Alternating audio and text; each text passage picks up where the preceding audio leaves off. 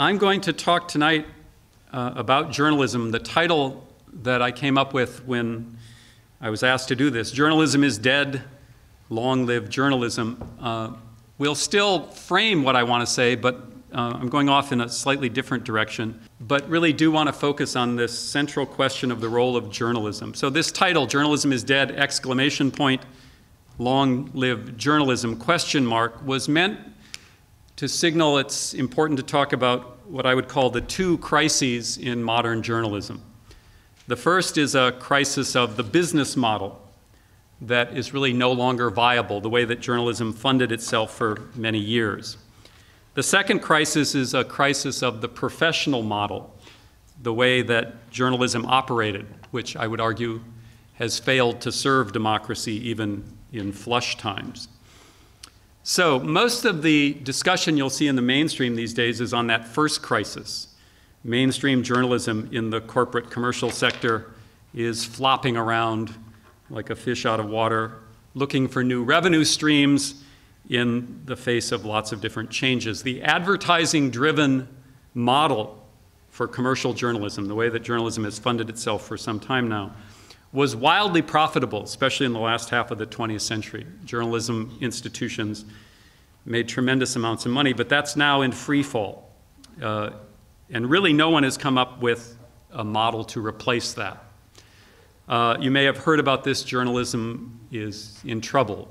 Newsrooms are shrinking. Jobs are disappearing. The amount of journalism being produced goes down. That's partly because of a lot of stupid, greed-driven decisions by corporations made over the last few decades, partly because of the new digital competition, both for readers, but more importantly for advertising.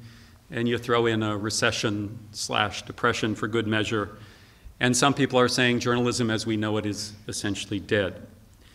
Well, that crisis I'm going to have very little to say about tonight, mainly because I don't have that much insight into it, and I have even fewer solutions. So in other words, I'm roughly in the same position everyone else is. No one really knows how to make sense of this.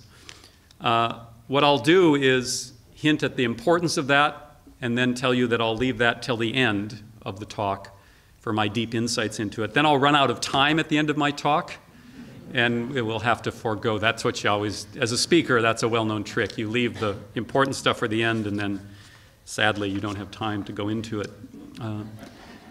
But what I'd really rather do is talk about that second part with the question mark, long live journalism, question mark, which suggests that I want to ask the question of whether or not journalism as we know it is really worth saving.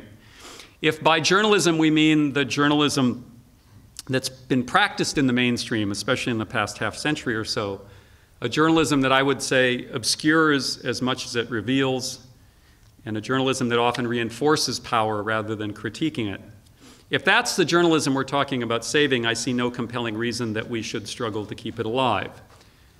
In other words, I'm happy to let that kind of journalism die because I think it was never adequate for real democracy, and I think it's even less useful in facing the dramatic challenges we're in front of us today. So, although I've spent my entire adult life either as a working journalist or teaching journalism, I'm not going to simply celebrate journalism as it is today.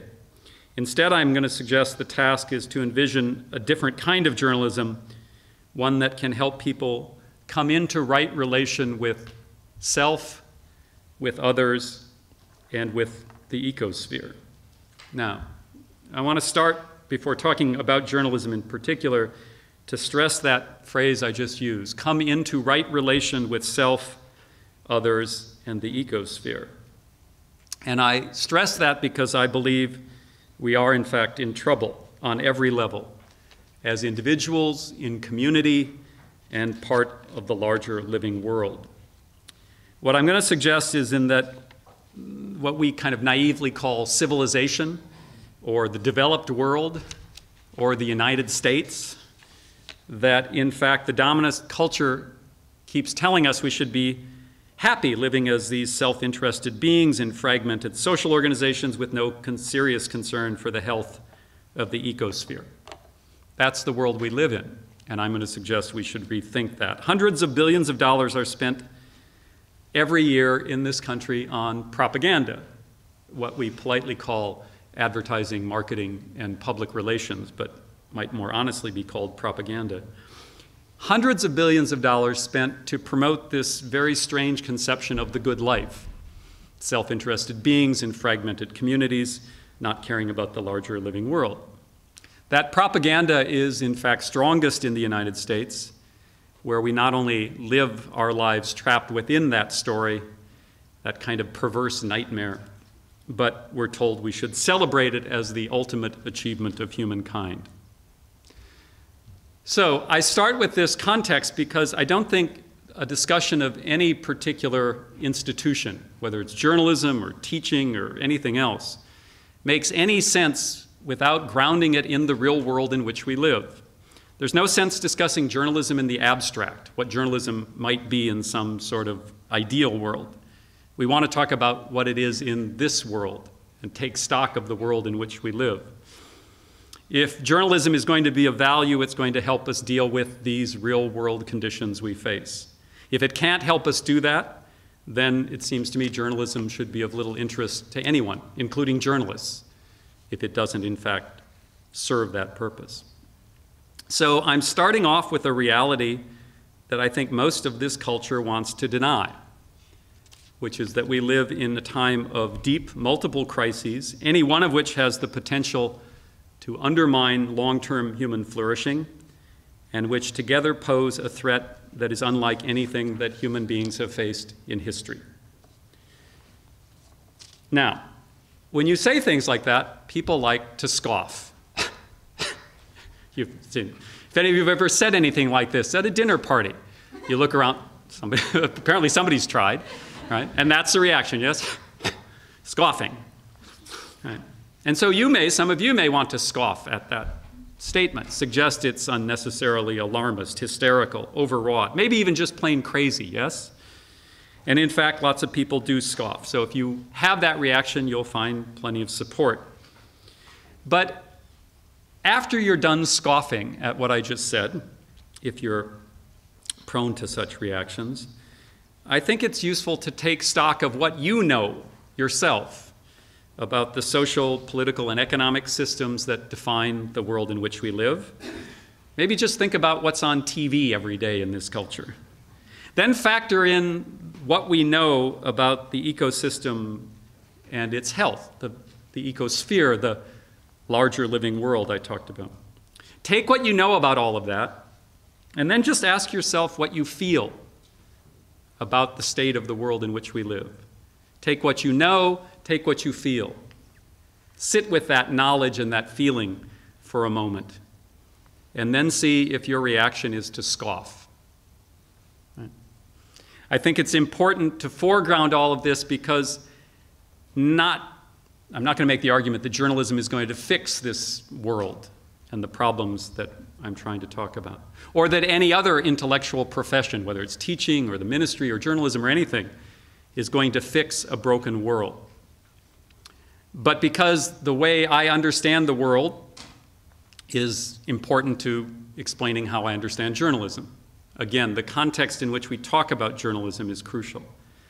And again, I want to highlight, if journalism can't respond to the state of the world, the real world that we're talking about, then it will be at best irrelevant and at worst a force to exacerbate the problems that we're talking about. All right. So, with that as background, that's the upbeat portion of the talk, by the way. It gets worse from here. That was to let you settle in. Now I'm going to get to the difficult parts of it. Well, I want to do something now that might seem a little counterintuitive, to talk about what healthy journalism might look like today and into the future. I actually want to go back a couple thousand years and talk about religion. I want to talk specifically about that old struggle between the royal and the prophetic traditions, and then talk a bit about the difference that I see between the prophetic and the apocalyptic traditions. All right, now before doing that, I want to make it clear, this is a secular talk in a secular setting, about a secular society. I'm not here to preach, but I do want to borrow terms that come from theology, and especially from the dominant religious traditions in the United States, which are Judaism and Christianity. But in talking theology tonight, I'm not arguing that anyone should adopt a specific religion or embrace any kind of religion at all. I'm not pushing religion, but I'm also not retreating from religion. From my point of view, religion is part of the human experience.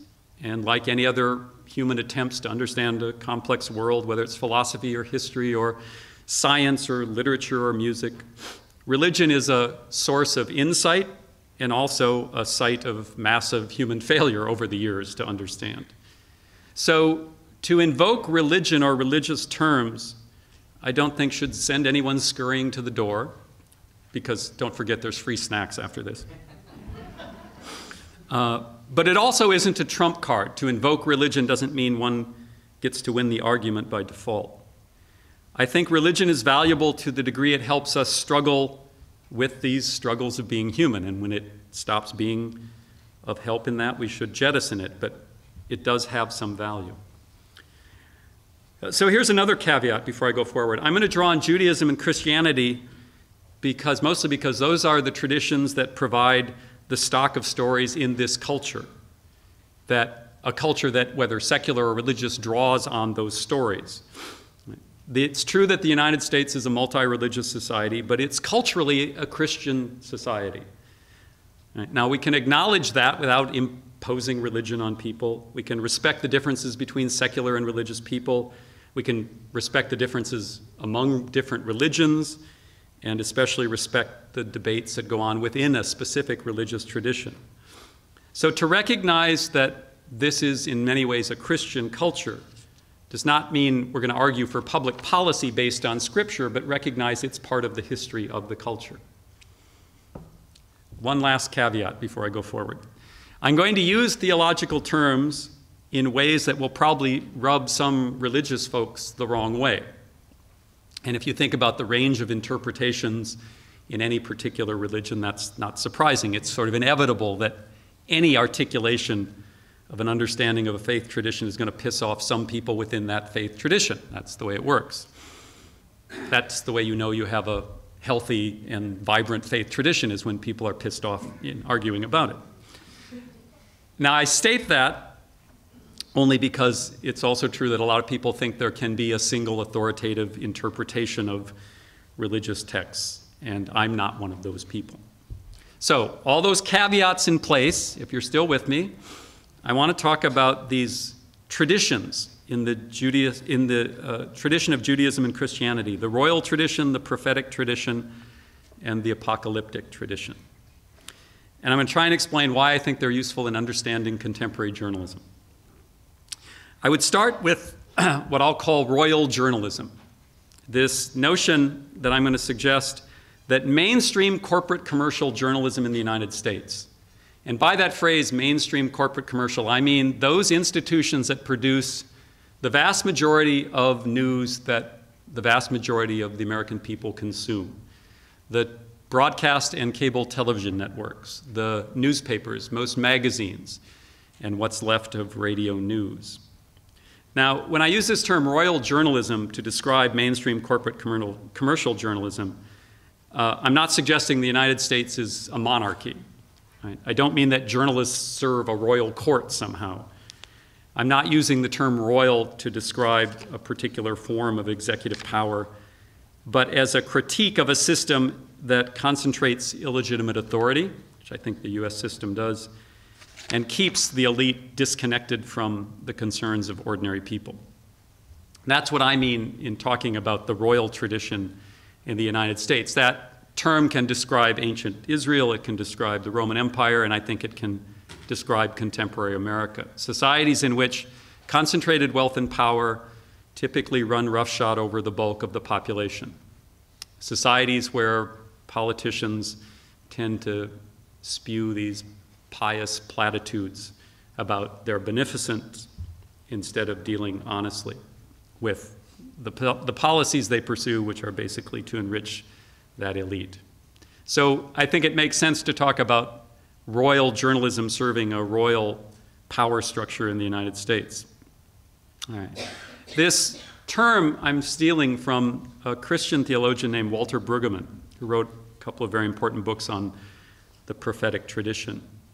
Brueggemann argued that Israel sank into disarray when Solomon overturned Moses, when an affluent, oppressive society with a static notion of religion replaced really a God of liberation, a religion that was animated by that goal of liberation. And Brueggemann says this produces what he calls a royal consciousness, not only a royal consciousness in the leadership, but in the larger society as well.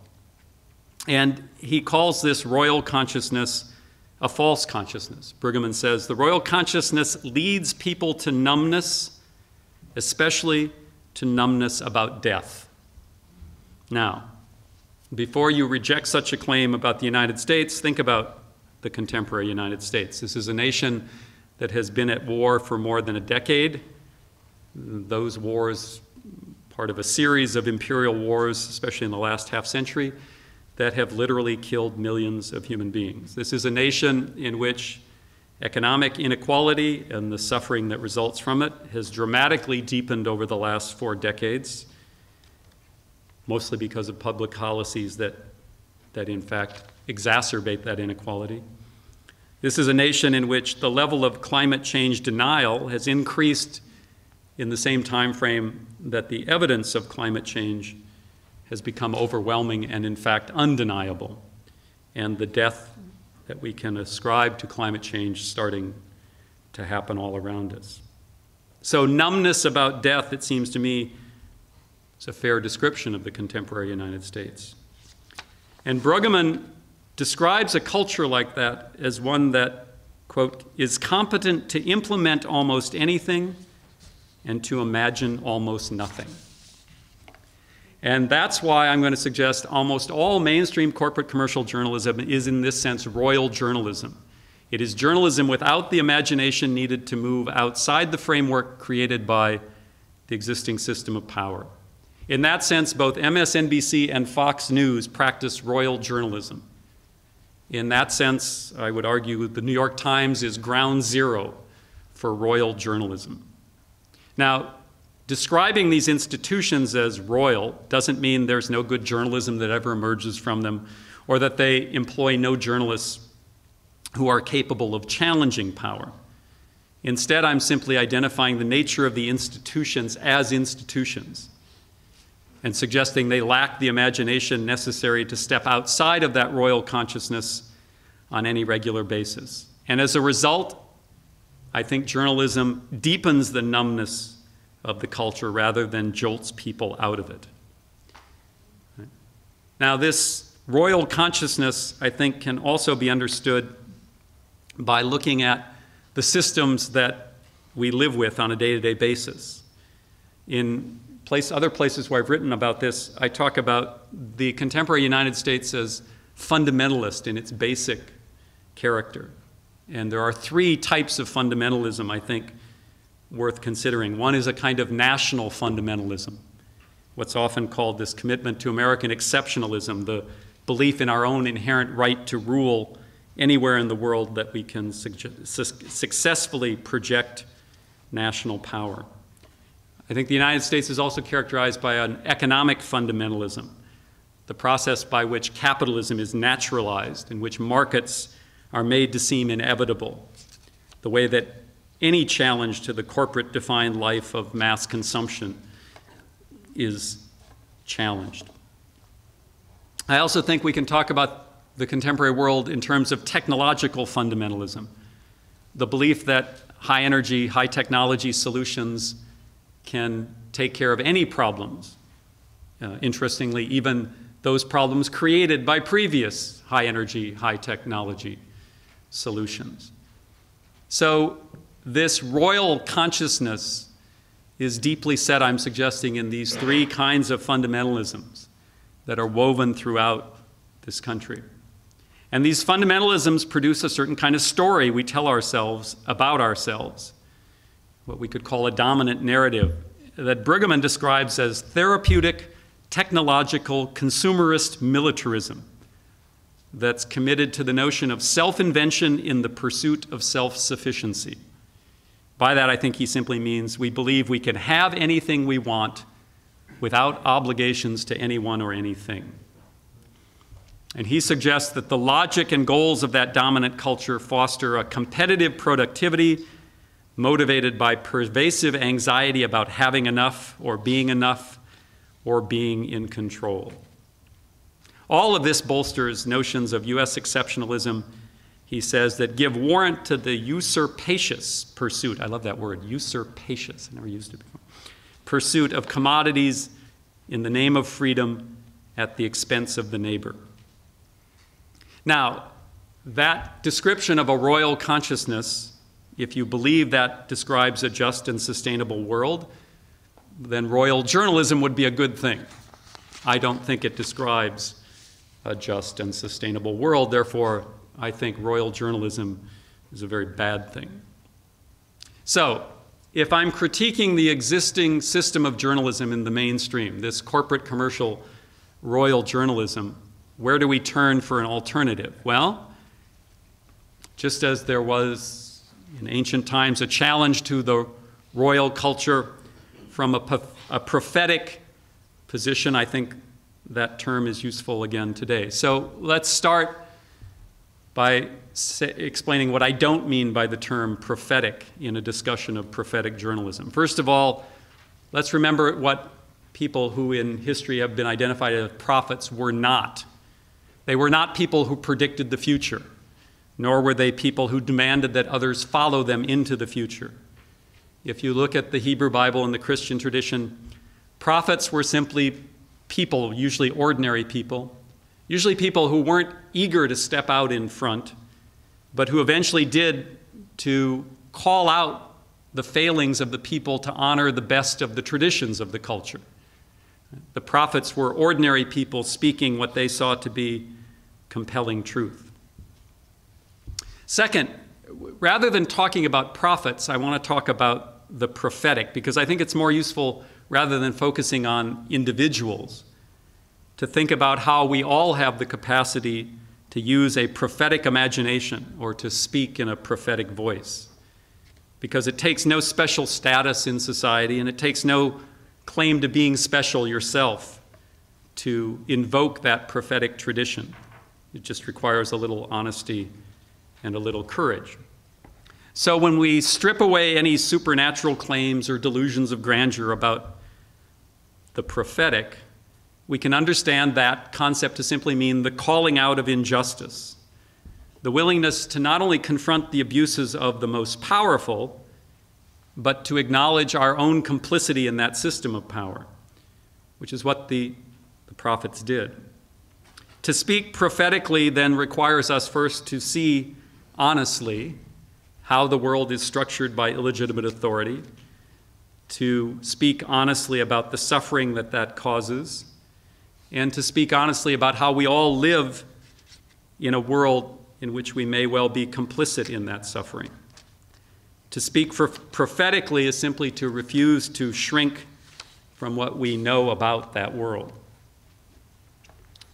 All right. In other words, to speak prophetically at this moment in history would be to, in my opinion, name the wars of empire as unjust, to name an economic system that leaves half the world in abject poverty as unjust, to name the dominance of men, the dominance of white folks, the dominance of heterosexuals as unjust.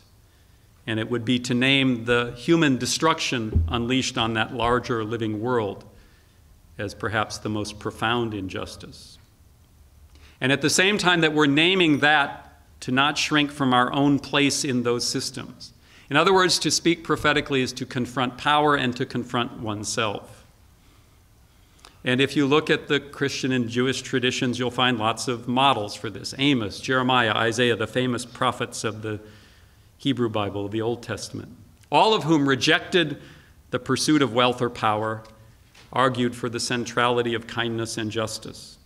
And what's, again, I'm going to stress, what was important about those prophets is they not only condemned the corrupt leaders, but they called out all of the privileged people in society who had turned away from those demands of justice.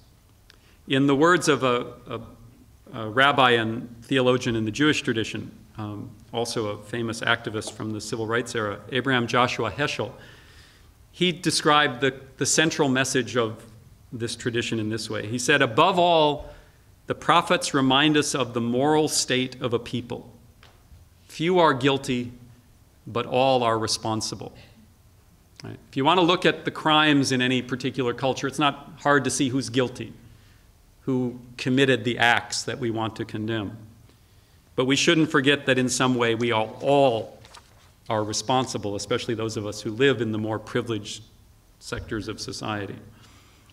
So again, to speak prophetically, I want to be clear, is not to speculate about the world as if we can predict, not to try and lead people into some world that we imagine. But following Brueggemann's critique of this royal consciousness, the task of those who want to speak prophetically is to penetrate the numbness, he says, in order to face the body of death in which we are caught, and penetrate despair so that new futures can be believed in and embraced. It's a powerful way to speak about the world.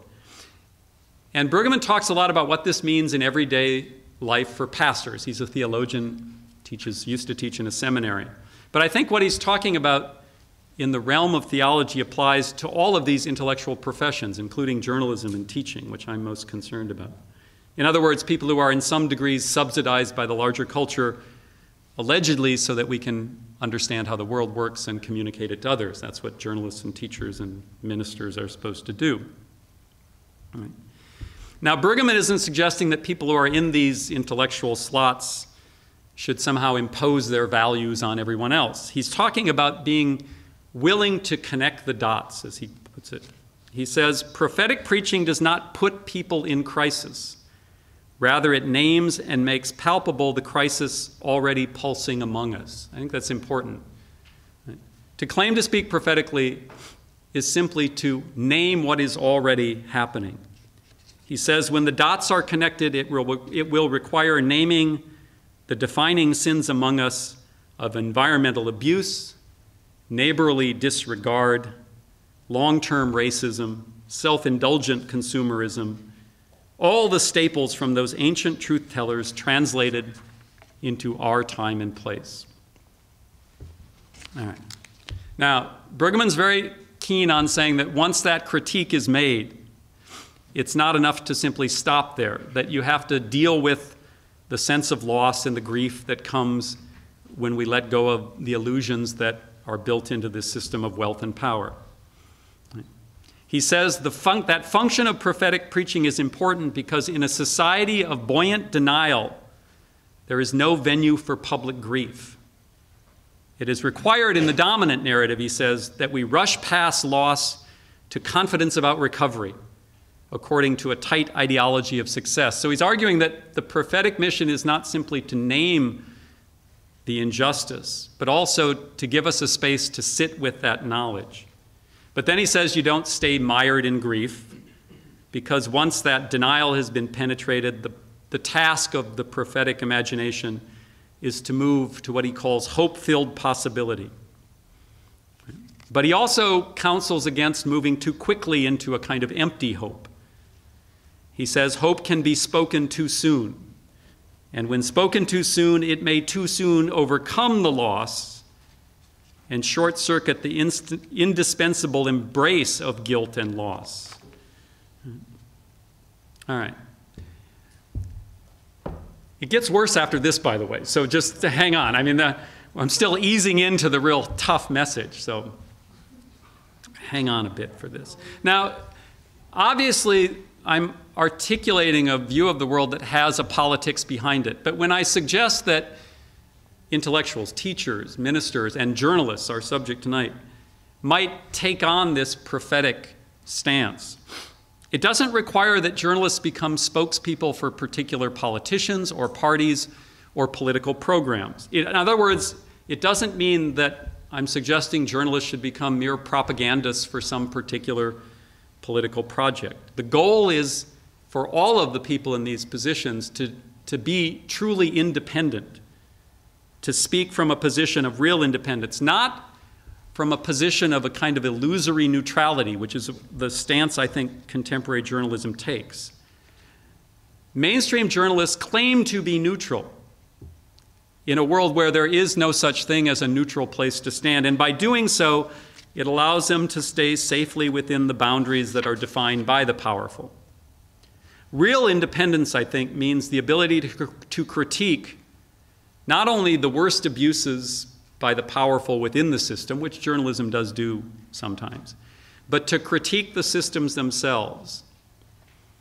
And that independence would also allow journalists then to report not only on the injustice, but to report on people at the margins of society, where I think we will find, in a phrase that I take from Wendell Berry, the authentic underpinnings of hope, which is also part of the mission of a prophetic journalist, as I'm trying to argue.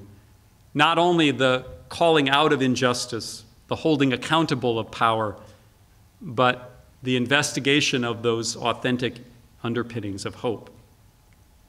Now, to name this royal consciousness and suggest that journalists and others can take a prophetic position in opposition to it, that's not easy to do. Anybody who's ever tried to stand up to concentrated wealth and power knows it's not simple. But it does offer hope. And in my experience, people would rather have hope than be hopeless. That's sort of my observation about the world. So yes, we need this harsh critique to come to terms with reality, but we also have to have some hope to hang on to. But we also have to ask another question. What if the rational justification for hope at a particular moment in history evaporates? What if the prophetic warnings that give us that hope remain unheeded, day after day, year after year, decade after decade? What comes next when those authentic underpinnings of hope are harder to find? And that's where I think this apocalyptic tradition is also very useful. Now, before I go any further, don't worry. I'm not about to start telling you stories of rivers of blood and lakes of fire and people being lifted up. I don't mean apocalyptic in that sense. But I do want to talk about what I think is the difference between the prophetic and the apocalyptic traditions, and why I think the apocalyptic tradition, which is often treated as kind of a farce, is actually quite useful to us. Because I think we do need to think about what happens when hope is no longer imaginable. And invoking the apocalyptic, again, is not about some story about dramatic tribulations, but is in fact, I think, a way to hold on to our humanity in the absence of hope. In other words, it's not about rapture, it's about recognizing the rupture of society, especially when those ruptures seem severe enough to change the whole nature of the game. So in the way I'm using these terms, the prophetic imagination helps us analyze and strategize about the historical moment we're in when we have a reasonable faith that the systems in which we live can be reshaped to prevent the worst consequences of this royal consciousness. In other words, when we can shake off that numbness in time. But at some point, that faith may no longer be tenable. And it may be time to think about what's on the other side of the systems we live in today. Now, obviously, most discussions of Revelation and apocalypse in contemporary America focus on the book of Revelation, which is also known as the Apocalypse of John, which many of you know is the final book of the Christian New Testament. And those two terms, Revelation and apocalypse, are synonymous in their original meaning. Revelation is from the Latin, apocalypse is from the Greek, and they both mean a lifting of the veil, a disclosure of something that had been hidden from people. It signals a coming to clarity. Now, a very fear-driven, quite reactionary theology has turned that particular book of the Bible into basically a kind of handbook for a death cult. And I want to make it clear that's not the path I will be pursuing tonight. Right, I'm not going to, again, launch into some elaborate story about what is to come, nor do I think any particular text or tradition could help us know what is to come. In other words, clarity, coming to clarity doesn't mean clairvoyance. It doesn't mean some special power to see the future. Right? Now, I realize that some people, it's often the term end times Christians is used sometimes to describe people who believe in that power of the text. Looking out at the audience, I'm guessing there are none of those folks here tonight. Right? So we can use this concept of revelation, of apocalypse, in a different kind of way than we might be used to hearing it used in the dominant culture. So if we look beyond fantastic scenarios of the future, we can at least start to talk about why this concept of end times may not be all that crazy in some sense. What does it mean to think about living in the end times? Not the end of the world, as if the world is going to explode tomorrow, but what about thinking about the end of the systems that define the world in which we live? Is it really so crazy to be thinking about what the end of imperialism, the end of capitalism, the end of the high technology industrial world might bring? Is it really so crazy to think about the end if we can't transcend those systems? If you think about the severity of the human assault on the ecosphere, compounded by all of the strife within the human family today, is it really so crazy to be thinking apocalyptically? Is it really nuts to think about the end times if you take stock of the world in which we live? So rather than thinking about Revelation as the divine delivery of some clear message about some fantastic future up in the heavens, maybe we can think about it as a process that asks a lot of us, that asks us to think seriously about the very real struggles in a kind of end-time situation that we do face. And that kind of process doesn't give us definitive answers, but it at least helps us identify potential new directions when the directions we've been moving in seem so hopeless.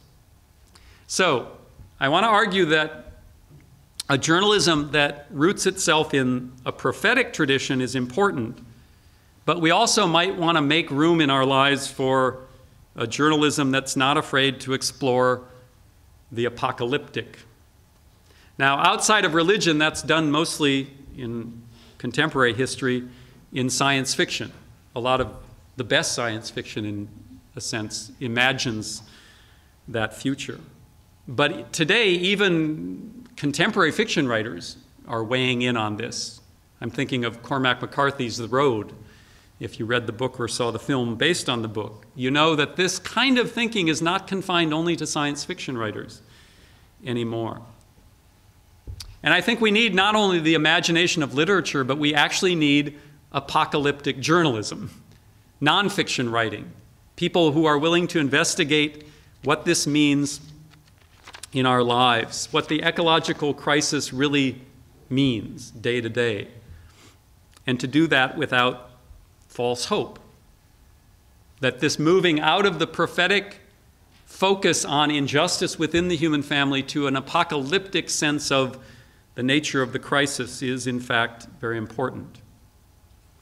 And that means coming to terms with a very difficult fact that given the trajectory of the systems in which we live, the way we're heading, there will come a point, not in some far-off future, but a point perhaps within the lifetime of most of us in this room, when the ecosphere simply cannot sustain human life at the level that we have understood it. That things are going to change and change dramatically.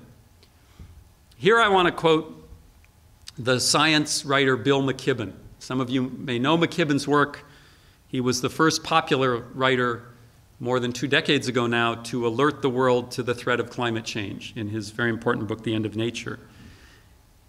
A couple of years ago, McKibben wrote another book called Earth, spelled E-A-A-R-T-H, Earth. I don't know. He suggests that to pronounce it, you have to summon up your inner Schwarzenegger, Earth, or something like that. I don't know. But in this book, he says, the world hasn't ended, but the world as we know it has. even if we don't quite know it yet. And that's why he suggests we need to rename the planet. We are no longer Earth as we've understood it, but we need to give the planet a new name. And the reason, he says, is because the planet on which our civilization evolved no longer exists, that the changes to the ecosphere are so dramatic that we have to rename the planet. He says the stability that produced the civilization has vanished. Epic changes have begun.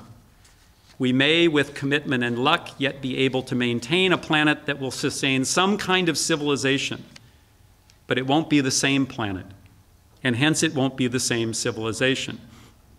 The Earth we knew, the only Earth we ever knew, McKibben says, is gone.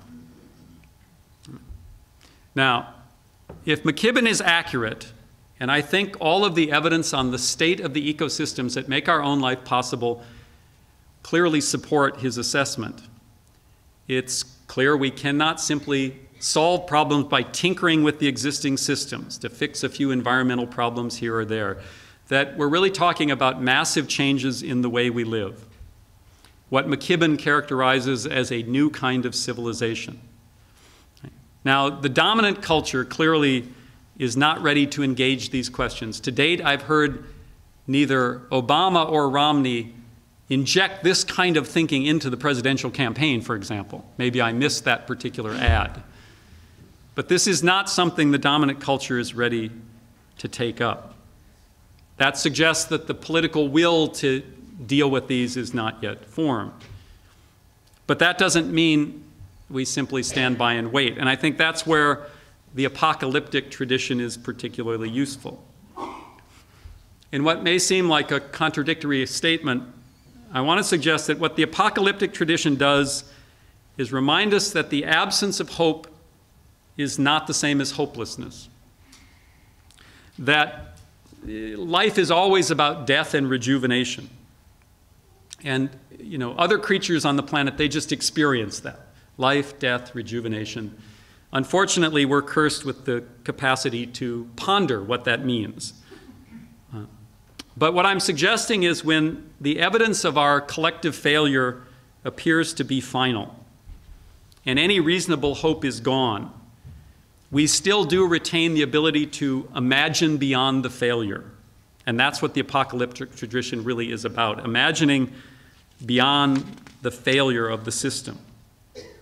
So, to use McKibben's terms, it may be that Earth, as we've understood it, is over, but the task now is to imagine what we can salvage on Earth with the Schwarzenegger impersonation. All right. Now, from there, I want to actually try and say something upbeat and positive.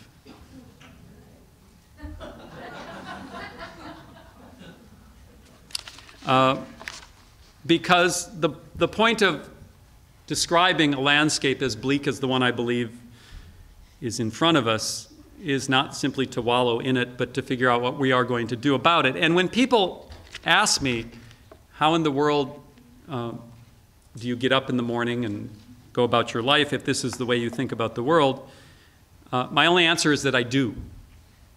And I do with a fair amount of energy and actually enjoyment.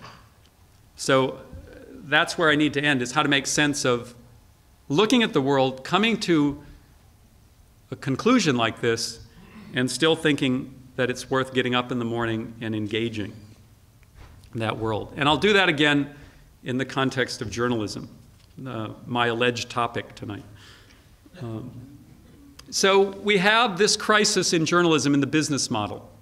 Right? When I first took a job at a mainstream newspaper in the United States in 1981, when I was, 22 years old, the American journalism was riding high.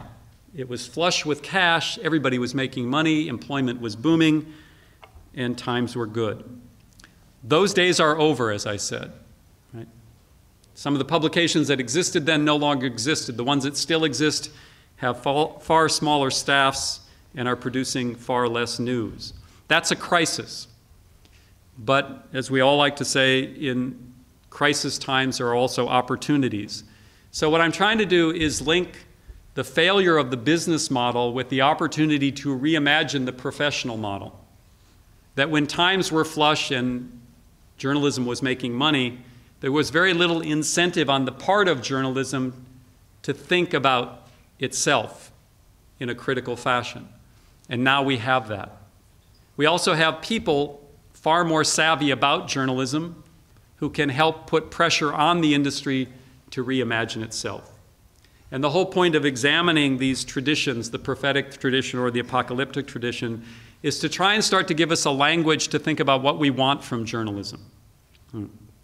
That in resolving the crisis of the business model, we're not simply replicating the existing journalism in some perhaps slightly less resonant form, but actually reimagining journalism and making demands on journalists to be what we need in a democratic society facing these kinds of challenges. And I think that means encouraging journalists to abandon the professional stance that has long characterized journalism, claims to neutrality, claims to being objective sources of news. We can start to think about all we've learned about how human beings understand the world and learn about the world, how the world is not made real to us through the provision of facts, that in fact we learn about the world through stories, and that journalists tell certain kinds of stories, not from a position of neutrality, but from a very engaged position, and that we have a right to demand that journalists reflect the visions of the world that we think are important. Now, in doing that, there's a lot of obstacles because journalism has always been, for the most part, practiced within this corporate commercial model. And if we're going to have a more responsive journalism, there's going to have to be a larger role for the public. And that may mean things like public financing. It may be thinking about ways to take public money and create a journalism that answers our needs, not expecting a corporate commercial sector to produce the kinds of news and information, the kinds of stories we need to deal with the reality of the world around us.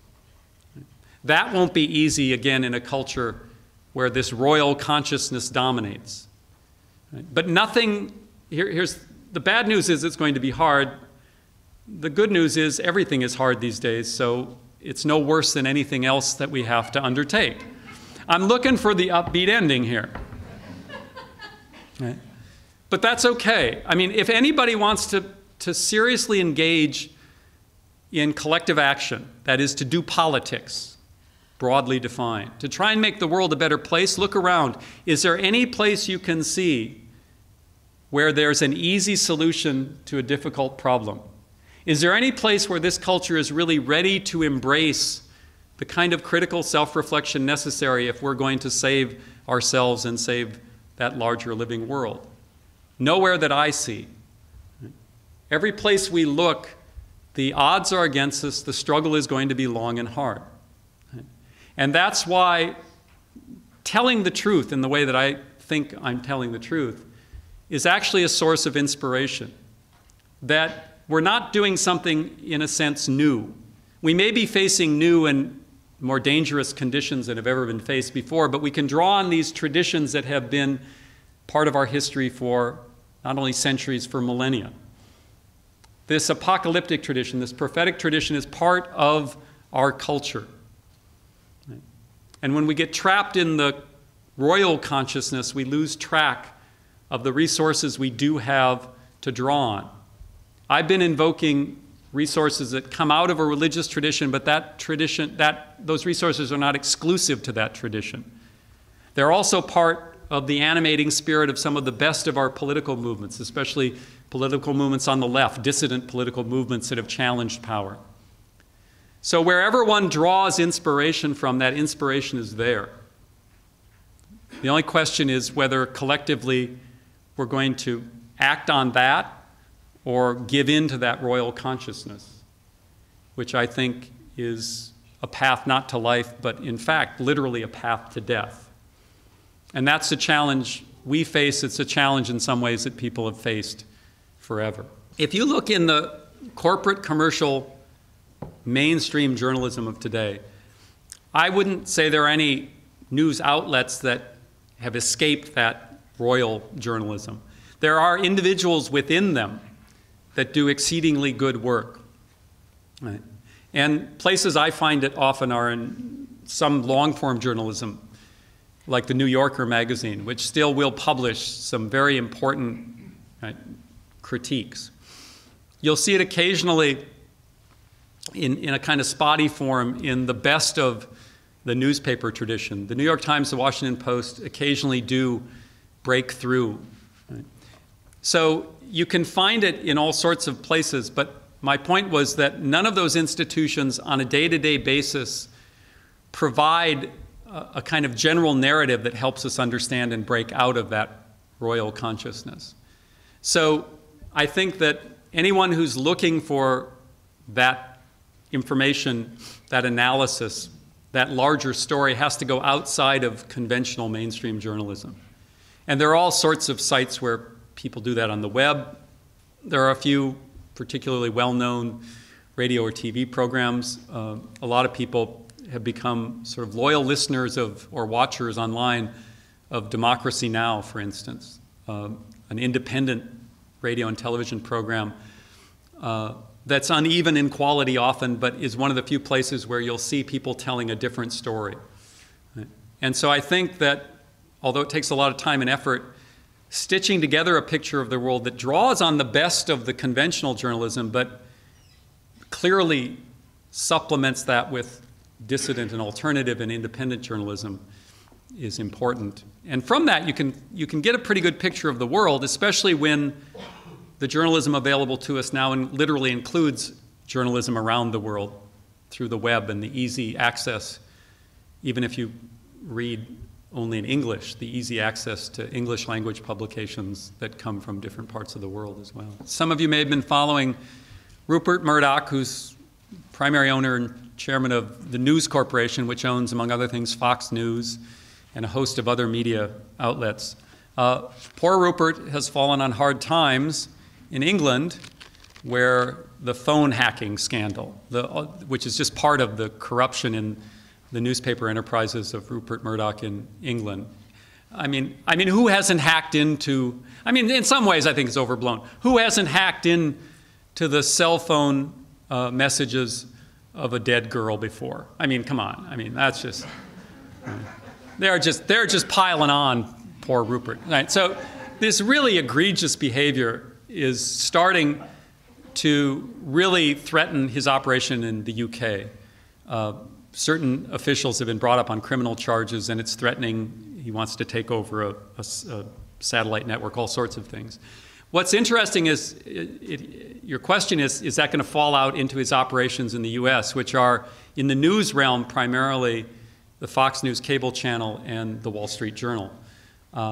So far not, but I don't think anybody thought it would get as far in Britain as it has, so it's anybody's guess. But the most egregious practices that were part of the British tabloid scandal don't yet seem to be coming home to roost here. There are different kinds of publications. The British tabloid market is very competitive and very sleazy, for lack of a better word. If it's possible to imagine something sleazier than Fox News. What advice would I give journalism majors going out into the world? What advice would I give anybody going out into the world? Next question. What does one say? We're in, first of all, for all the talk about, stimulus and getting back, we're in a permanent economic decline. And I think that's relatively clear, even though nobody wants to talk about it. Right? That this is not a cyclical downturn. We are on new economic turf. And that, makes it hard to, sort of be glib about advice. I do think if I were 21 years old, I would first of all not only be thinking about careers, but be thinking about communities. Because the only way to survive in lean times is to have a network into which you are plugged in and which will sustain you. That's true for anybody, but especially if I was young and coming out. I would not be, when I was a kid coming out of college in 1981, The only question is, where do you get your first best job that can lead to the next best job, and you can sort of, you know, climb the ladder? I don't think that's a sensible way to think about life anymore. I think rooting yourself in communities, in networks, perhaps committing to a place rather than this sort of life of always stepping up to the next best place might make sense. And I would also think that, again, in a period of crisis when old models aren't working, there is a space for innovation as well. Now, mostly that innovation gets talked about in terms of, you know, inventing trivial social media applications that can make you rich, and that's not what I mean. But inventing new ways of communicating and connecting people is possible. I'm not savvy enough with the digital tools. I don't think it's all simply about learning how to use those tools, although they're important. It's also about providing something that gives people a sense of connection. And all of that's possible. That's a very vague answer because I certainly don't have anything more specific. But even though I've tried to paint a fairly, I think, dire picture of what we're facing, I see all sorts of younger people developing those kind of networks in journalism, but also in various kinds of political and community work as well. And that's actually very exciting. That's the most exciting part of my life, is helping and being connected to those kinds of networks of young people. This concept of citizen journalism, the idea that journalism is no longer confined to professional journalists, people with some sort of, you know, institutional viability, validity, you know, credentials. It's like most things, there's a good and a bad effect to it. That it breaks the monopoly that old school journalism had, and it opens up new sources, new ways of people communicating. The downside is that going out and understanding the world and communicating it to others in a timely fashion, what we think of as journalism, isn't easy.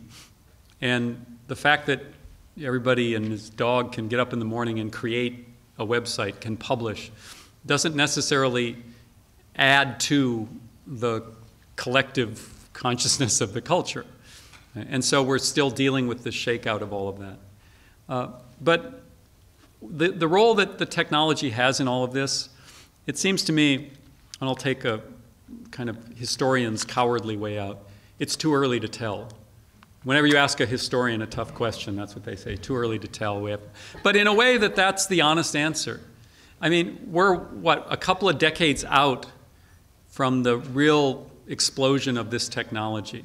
Imagine going back 20 years after the invention of the printing press and saying, what are the implications, social and political implications of the printing press 20 years after it was invented? Nobody had a clue. And there's no way to know what that would mean and the dramatic effect it had on all sorts of social and political realities. So, you know, predicting things is not my strong suit. Trying to take what's in front of us and use it in the best way possible seems a sensible project. Ordinary people can add to our store of knowledge in the world, but it can also be a diversion. It can lead to some of the problems of people simply burrowing in and you know, replicating what they think they already know about the world. All of that's good and bad. And the question is, how do we try to develop communities where we hold ourselves accountable as we produce this kind of thing? My point is, it's certainly true that 20 years in medieval time is not equivalent to 20 years in contemporary time. But I do think that there's this kind of hubris of the modern human that we understand things. Right? We claim to know a lot more than we actually do know. We make these grand pronouncements about how technology affects us with very little information understanding, right? And that's dangerous. It seems to me that, I mean, the one thing that's true about every modern communication technology is that it was sold as a vehicle for making us better people, and it's never really turned out that way. Right? That in, you know, television, when television was being hyped, it was going to revolutionize education. Everybody was going to have, you know, access to this incredible educational programming. That was the pause for the laughter. Television didn't really turn out that way, did it? Right? The internet is much the same. So the The conclusion I draw from this is that technology does not make us better people. Right? That technology alone does not fix social problems. That technology alone doesn't deal with inequality, right, or oppression. Right? There are ways in which technologies take the edge off of certain kinds of oppression. There are ways it deepens it in other settings. Right? But we're not going to be able to really take stock of that for a long time. And in the meantime, my only thought is don't bet the farm on technology. It's never taken us all the way home in the past, and I see no reason it would today. This is part of the possibility of invention when the failure of the old business model is now with us. That as traditional journalism, advertising funded, fades away, new kinds of journalism take its place, and one of them has been, different names for it, nonprofit journalism. A lot of it's philanthropically funded, some of it's funded by the users and the supporters. And all of those are very exciting kinds of opportunities. None of them come close to replacing journalism as we knew it. Right? None of them yet have the scope to really replace the large-scale journalistic outlets. Will they develop that way? I think, again, that depends on which way the whole culture develops. Right? Journalism is going to go the way of the culture.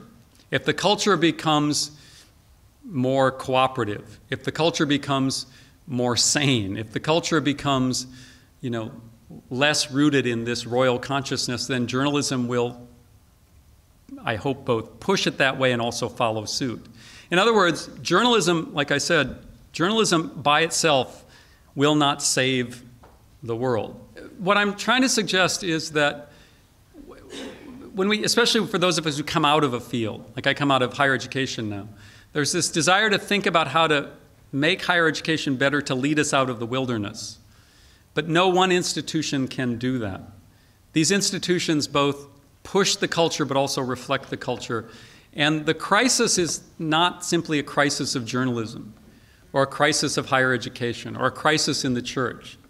It's a deeper cultural crisis, and that we have to come to terms with that. And so there are all sorts of exciting experiments in all of these places, but none of them have by themselves the capacity to overturn the existing system. So I'm for all sorts of experiments anywhere they come. But what I'm trying to suggest is in any one of those enterprises, we have to ask these very difficult questions about what we're up against. And what we're up against is something incredibly powerful and something that is not going to yield easily. Right? And so as we develop these experiments in different, whatever the arena of life we tend to work in, whether it's education or whether it's the business world or whether it's in journalism, that we recognize what we are up against, because it's serious, and not be overly glib, but also not then sink into paralysis. And that's what I'm trying to use these theological traditions to animate the possibility of not being glib and not sinking into paralysis. The point I made very briefly, and I can expand on, is in some sense what we've always known, but now I think even modern science sort of nails the point, which is that we are a storied animal, that we understand the world through stories, that facts matter, that we get information in all sorts of ways, scientific studies, but we really are driven by stories. And that the evidence, especially from all the new neuroscience, where they're studying how the brain works, is that we are not sort of mechanical, computational, beings that take facts, acquire facts, process facts, come to conclusions. There's, for instance, something that researchers are now calling the backfire effect, which is if you have a deeply held belief about the world and you encounter facts that clearly challenge your deeply held belief about the world, instead of modifying your deeply held belief, encountering those facts will set that deeply held belief even firmer.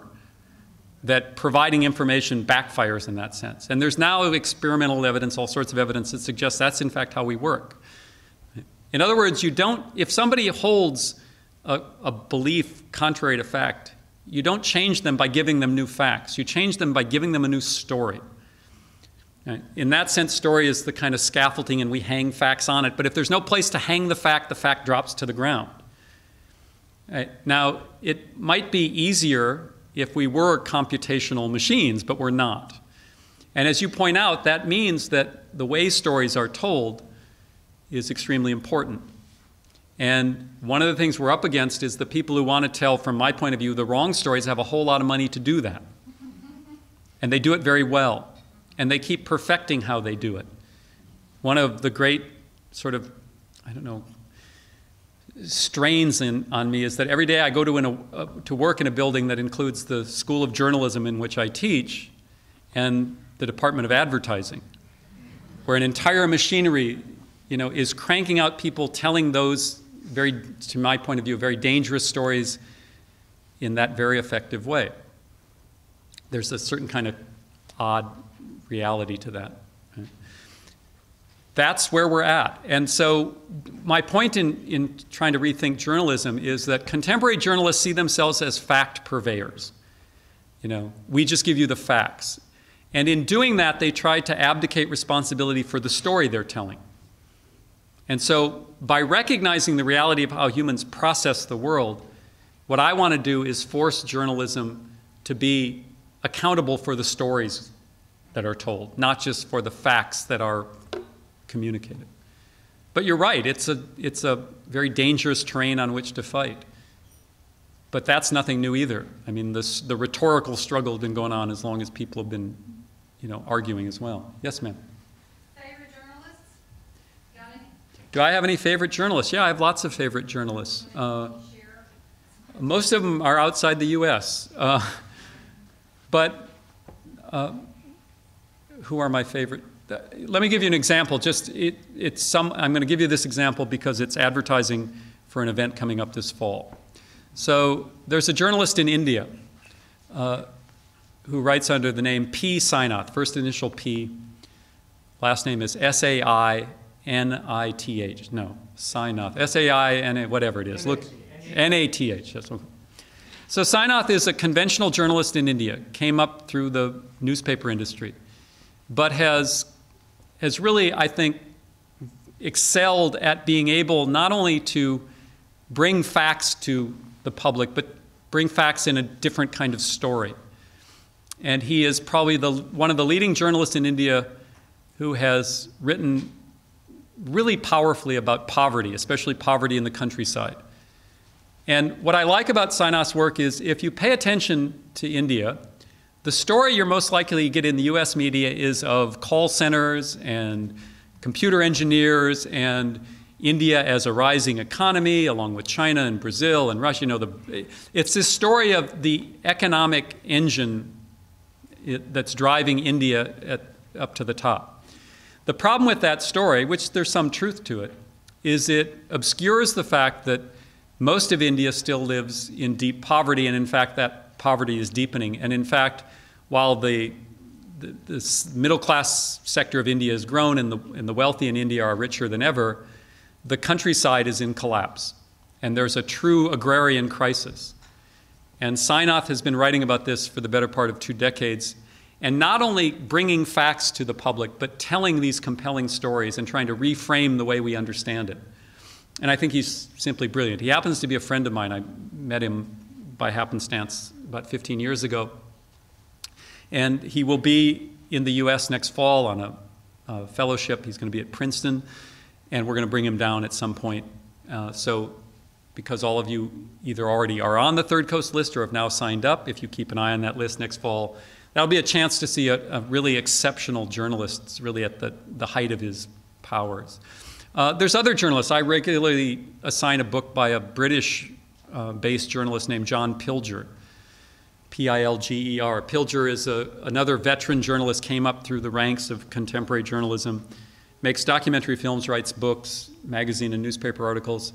And when I give his book to my students, routinely at the end of that semester, students will come up and say, that book changed my life. Again, not just because he did reporting that brought facts they had not yet been aware of, but because he did it in the context of telling a different story about the world. So those are folks that I think do really good work. And there are also, I don't want to overlook the fact that there are lots of good journalists working in the US, including journalists working in relatively kind of mainstream organizations. So again, next week, just to talk about people you can see, there's a former Washington Post editor and reporter named Steve Koll, C-O-L-L, who's just written a new book on ExxonMobil, probably the authoritative account about that particular corporate entity. And he's reading at Book People, I think it's next Tuesday or Wednesday night, I can't remember when, talking about this book, parts of which have been excerpted in The New Yorker. Right? And it's an attempt to bring a critical eye to one of these mega corporations that are really no longer simply corporations, they are almost sort of countries unto themselves. Right? The revenue of ExxonMobil dwarfs most countries in the world. It has at its power the ability to change public policy all over the world. And so people like Steve Koll have worked within the mainstream, but yet retain the capacity to still bring that kind of criticism to bear on a powerful institution. One of the greatest failings of modern journalism has been the inability to report on itself as a very powerful institution. Some of the mainstream media outlets try to do that. The New York Times, for instance, which in many ways is an exceptional newspaper. I read the New York Times every day. It's a source of incredible information, if read with critical self-reflection and supplemented by other forms of information. The New York Times has what they call a public editor, a kind of ombudsman, whose columns are guaranteed to put you to sleep. Right? So they hire somebody to train his attention on the New York Times, and he manages to write the most banal columns every week you can imagine. Right? They have full-time media reporters who do a very poor job, I think, of really looking at the role of the New York Times in the world. So yes, journalism has a pathetic record of critical self-reflection. There are two problems in journalism. One is the inability to, in a sustained fashion, report on how journalism affects the world. And the other is sort of specific instances of real corruption that you see where newspaper, media, broadcast outlets are really in kind of explicit alliances with politicians. Yeah. And there is a kind of almost code of silence. Journalists don't like to report on each other that much, and certainly are not skilled at reporting on themselves. And as a result, probably the least effectively covered institution in America is, in fact, journalism itself.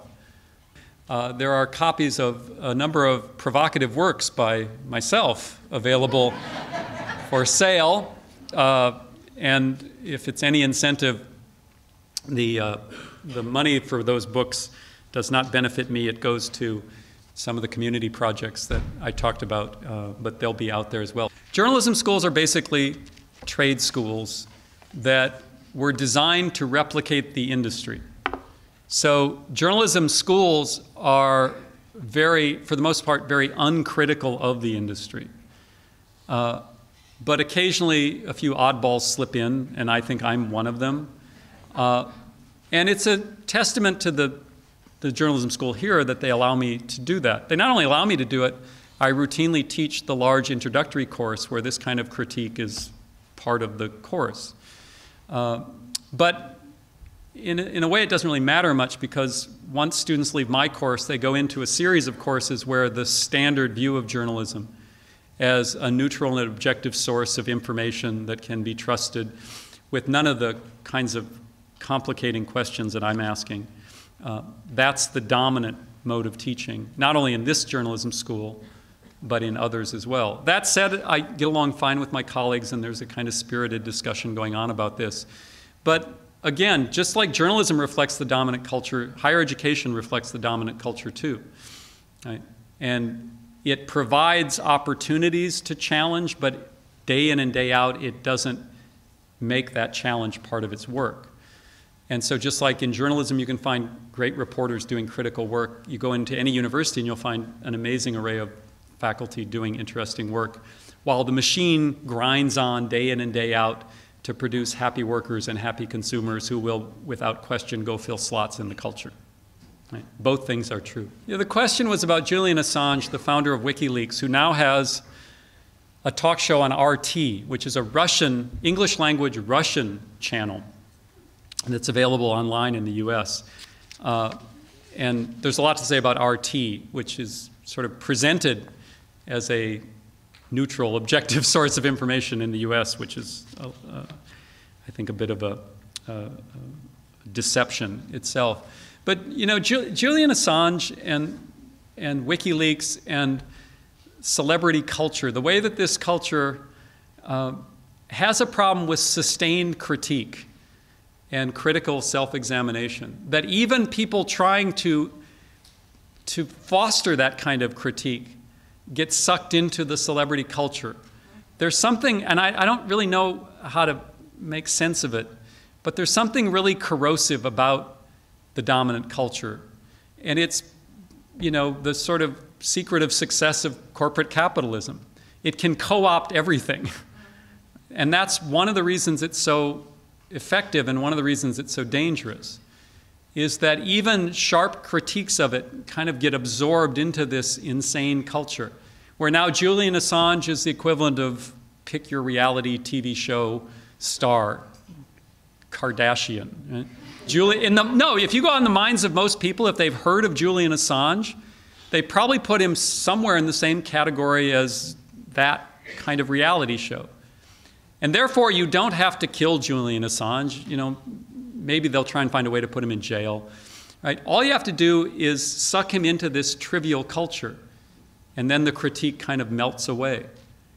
And that's what I find actually the most sort of scary about contemporary culture, is where do you find the traction to challenge it when it has the ability to co-opt, to absorb, and to eliminate things that aren't capable of being co-opted and absorbed. We're up against, you know, I was going to find that upbeat ending, and now you put me back in this depressive state. So if you leave unhappy, blame her in the back. But again, that's the nature of the beast we're up against. Right? We're not up against a totalitarian, authoritarian state that uses on a regular basis violence and coercion to suppress dissent. It uses violence and coercions, especially at the margins, and to target those people who are conveniently out of view. But for the most part, it succeeds by co-opting and absorbing that dissent, which means those of us who want to strike that position are in a constant state of tension about how not to be co-opted and absorbed. I don't have an answer to that, except that the only way to make sense of that and stay sane is to do it in community, to form real networks of people that you can trust and who can, to some degree, both stay in the culture but try and step outside of it. That's the real challenge. If you completely abandon the culture, you might be able to stay sane, but you'll have very little effect on the political direction of that culture. Right? So how to retain a sense of self and community, yet remaining part of the larger world, is really difficult. I do this every day at the University of Texas. I'm very conscious of trying to retain some sense of the world as I want to see it while I try to engage in the world as it is. And that's, again, I think, where traditions, religious traditions especially, are valuable, because the best of those traditions were about how to create that community. And again, none of this is a pitch for a particular religion or a particular interpretation of any religion. It's just a recognition that we do face an incredible challenge today, and we have to draw on whatever resources we have. Thanks to the informal class, folks. Thanks to all of you for coming, and I'll be around for more conversation. Thank you.